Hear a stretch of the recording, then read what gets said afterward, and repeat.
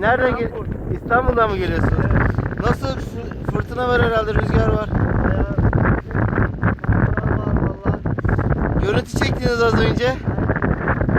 Dalgaları mı çektiniz? Ne yaptınız? Güzel valla. Kaç metredir dalga boyu sizce? Kayalara çarptıktan sonra. Baksanıza bir